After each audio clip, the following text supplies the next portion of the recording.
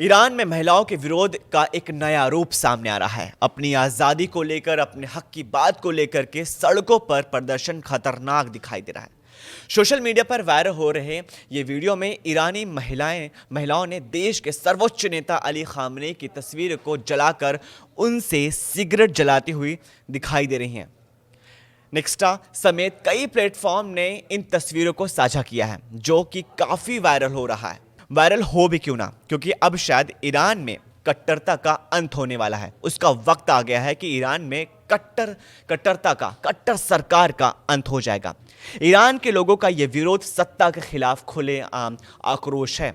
खवातीनों का यह प्रदर्शन ईरान में दर्शकों से खवातीनों के शरीर, पहनावे, उनके जिंदगी पर लगाए तमाम रोक टोक को लेकर किया जा रहा है। जी हाँ, ईरान भी कहीं ना कहीं एक ऐसे मुल्कों में शामिल है जो सिर्फ खवातीनों के पहनावे जैसे कि हिजाब, उन पर तमाम तरह के रोक टोक करता है। यानी कि आदमियों पर कोई रोक नहीं की जाएगी, सिर्फ औरतों पर ही रूल्स एंड रेगुलेशन चलाए जाएंगे, जिसकी वजह से ये प्रदर्शन हो भी क्यों ना। ईरान में लड़कियों ने विरोध का एक नया तरीका ईजाद किया है। कई वीडियो में महिलाएं अयतुल्ला अली खामनेई की तस्वीरें जलाकर उसी आग से अपनी सिगरेट सुलगाती हुई नजर आ रही हैं, जो कि सोशल मीडिया पे काफी ज्यादा चर्चा का विषय है और वायरल भी हो रहा है।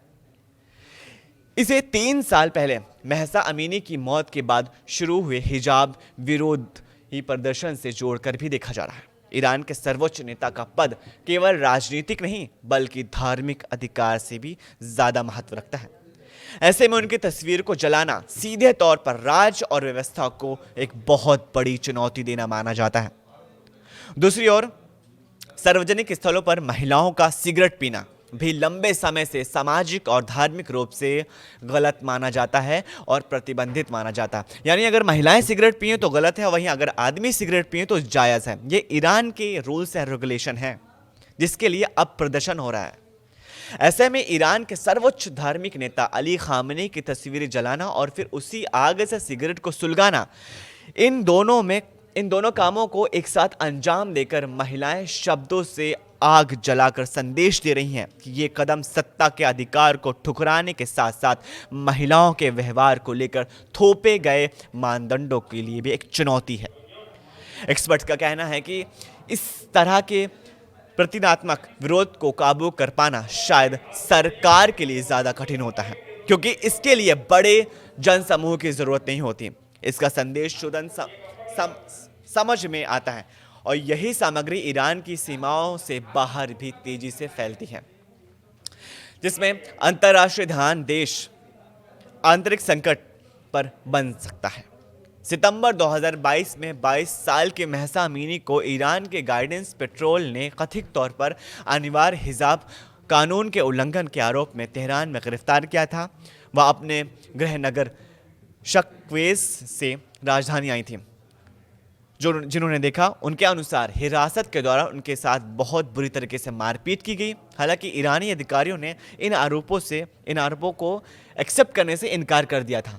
गिरफ्तारी के बाद अमीनी की हालत बिगड़ गई और अस्पताल में उन्हें भर्ती कराया गया, जहां पे 3 दिन बाद उनकी मौत हो गई। उनकी मौत के बाद देश भर में, पूरे ईरान भर में ज़बरदस्त विरोध प्रदर्शन शुरू हुआ था, जो 2023 तक चला था। इन्हें 1979 की इस्लामिक क्रांति के बाद से इस्लामिक रिपब्लिक के खिलाफ सबसे व्यापक चुनौती माना गया। रिपोर्ट के मुताबिक उस दौरान करीब 40 नागरिकों की मौत हुई थी, कई लोग घायल हुए थे। महसा अमीनी से जुड़ा हैशटैग काफ़ी करीब 5.2 यानी 5.2 करोड़ ट्वीट्स तक पहुंच गया था, जिससे ये आंदोलन पूरी दुनिया में चर्चा का एक बड़ा विषय बना हुआ था। उन प्रदर्शनों के दौरान भी प्रदर्शनकारियों ने बड़े जुलूसों के साथ छोटे, तेज फ्लैश मॉब जिस तरीके से भी करना पड़ा, उस तरीके से लोगों ने विरोध प्रदर्शन किया। कहीं वाहन खड़े कर दिए, सड़कों को जाम कर दिया, तो कहीं कचरा डिब्बों या पलटी गई पुलिस गाड़ियों के रास्ते रोके गए। सुरक्षा बल मोटरसाइकिल पर चलते हुए भीड़ पर फायरिंग करते दिखे। कुछ मामलों में प्रदर्शनकारियों के पहचान के लिए पेटबॉल गन का भी इस्तेमाल किया गया। एक और तरीका था सड़क पर मौलवियों की पगड़ी गिराकर भाग जाना। जी हाँ, ऐसा इसलिए क्योंकि पगड़ी को शासन का प्रतीक माना जाता है। विश्वविद्यालयों से भी समर्थन मिला। कई प्रोफेसरों और शिक्षकों ने छात्रों के समर्थन में क्लास का बहिष्कार किया या फिर इस्तीफा ही दे दिया। खामनेई की तस्वीर जलाकर सिगरेट सुलगाने का नया ट्रेंड इसी व्यापक प्रतीकात्मक प्रतिरोध की नई कड़ी माना जा रहा है। ईरान इस समय अधिक महंगाई, बेरोजगारी, बढ़ती खाद्य कीमतों और कमजोर होती मुद्रा से जूझ रहा है।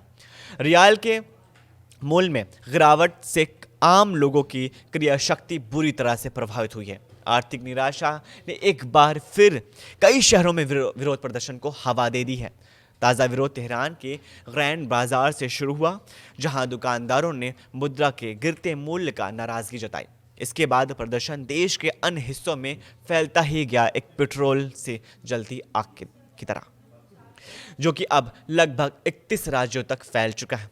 अमेरिका स्थित human rights activist news agency यानी HRANA के अनुसार हालिया शांति से कम 34 प्रदर्शनकारी यानी 34 प्रदर्शनकारी और 4 सुरक्षाकर्मी सदस्यों की मौत हुई है, जबकि लगभग 2200 लोगों को गिरफ्तार किया गया है।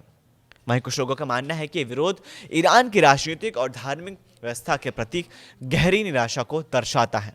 ईरानी सरकार का कहना है कि यह आर्थिक शिकायतें जायज़ हैं और संवाद से हल की जानी चाहिए, लेकिन साथ ही कई जगहों पर सुरक्षा बलों ने आंसू गैस और बल का प्रयोग भी किया। इस वीडियो को ज़्यादा से ज़्यादा लाइक कीजिए, अपनी फैमिली और व्हाट्सएप ग्रुप में शेयर कीजिए और नीचे दिए गए कमेंट में हमें अपनी राय ये शेयर कीजिए कि जो ईरान में महिलाओं का विरोध प्रदर्शन चल रहा है ये किस हद तक पहुंच जाएगा। क्या खामनेई की सत्ता पलट जाएगी?